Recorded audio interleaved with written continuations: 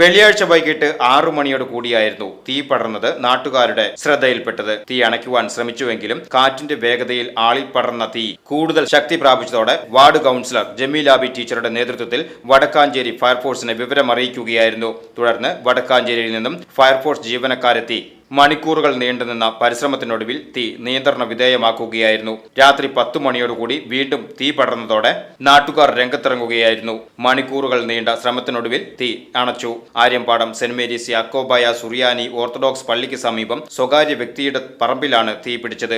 ഏകദേശം 1/2 ഏക്കറോളം സ്ഥലം കത്തിനശിച്ചു. മേഖലയിലെ രണ്ടാമത്തെ തീപിടുത്തമാണിത്. VCV news, Mundathikode.